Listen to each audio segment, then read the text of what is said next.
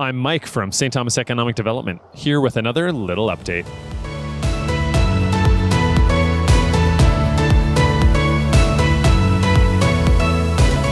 Okay, we're here at the corner of Elm and Wilson, joined today by Carrie O'Brien from Drewlo Developments. Carrie, say hi to everyone and tell us what you do for Drewlo. Hi, everyone. My name's Carrie. I am the planner with Drewlo Holdings. So I handle all elements of development. Right on. Now, Carrie, we're standing in front of quite a large site that Drewlo has acquired and has been doing some work on. Can you tell us what's been going on? People have seen some excavation, some aggregate dropped off. What's going on here? Yeah, so I'm sure most people of St. Thomas are familiar with the history of the site. It used to be the rail terminal site. Lots of different foundations over the course of its history. So the first thing we did was try to pull out all the remnant foundations on the site. That's the giant pile of gravel that you see behind us. We've been crushing that, and then the idea is to be able to reuse that for some of the bedding material on site. And then with the rail use comes some contamination, unfortunately. So we have been doing all of the necessary remediation to get ministerial approval so that we can start building here. That's great. And when you start building, what kind of development are you going to build here? This is proposed to be a high-rise residential development. Our game is purpose-built rental, so all of the units will be rental here. That's fantastic. How many buildings, how many units can people expect at this site? Right now, over both sites, which is about 20 acres, we're proposing about 6 buildings and 1,800 to 2,000 units. Wow, that is a big development.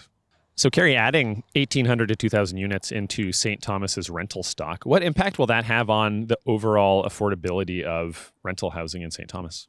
So housing is a continuum, and I think what St. Thomas has lacked in the past is purpose-built rental, like I'd mentioned. So by providing purpose-built rental, you provide an opportunity for people to move into a space, and it opens up supply elsewhere in the community. So that opens up some more innately affordable housing that already exists in St. Thomas. It also opens up starter homes for first-time families. There's a lot of people that are retiring within the community. This gives them somewhere to live, and that opens up a single-family home for someone that's starting off their family. So, Carrie, when do you think construction will start on this site? We're really hopeful that we'll be able to break ground on construction of the first building later this year, if not early next year.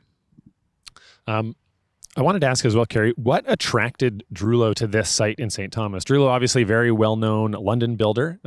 This is a St. Thomas site. What brought you guys here? Yeah, so Drewlo's a family-run and operated company. We try to operate across southwestern Ontario within an hour and a half of our home base in London. St. Thomas is obviously an ideal market in terms of location. We also kind of looked at it and saw that there wasn't a lot of purpose-built rental here and saw an opportunity. So we were always looking in the community. With the announcement of Amazon, it definitely became more attractive, and we were able to secure this site. And then the PowerCo announcement made it even better. Now, Carrie, this was a brownfield site. Was there anything that attracted you to a brownfield site in St. Thomas particularly? Yeah. So brownfield redevelopment is extremely costly. There's a lot of remediation associated with it. And normally that would prevent someone from purchasing a property like this. The St. Thomas CIP is phenomenal. So a CIP is a community improvement program.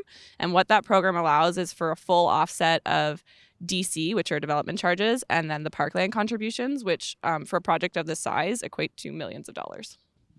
That's great. Well, we're definitely very excited about the amount of supply that this is going to add to purpose-built rentals in St. Thomas. So thank you very much. And thanks for joining us today. We look forward to kind of following this project as it goes. Thank you so much for watching. Please like our videos on YouTube and don't forget to smash that subscribe button.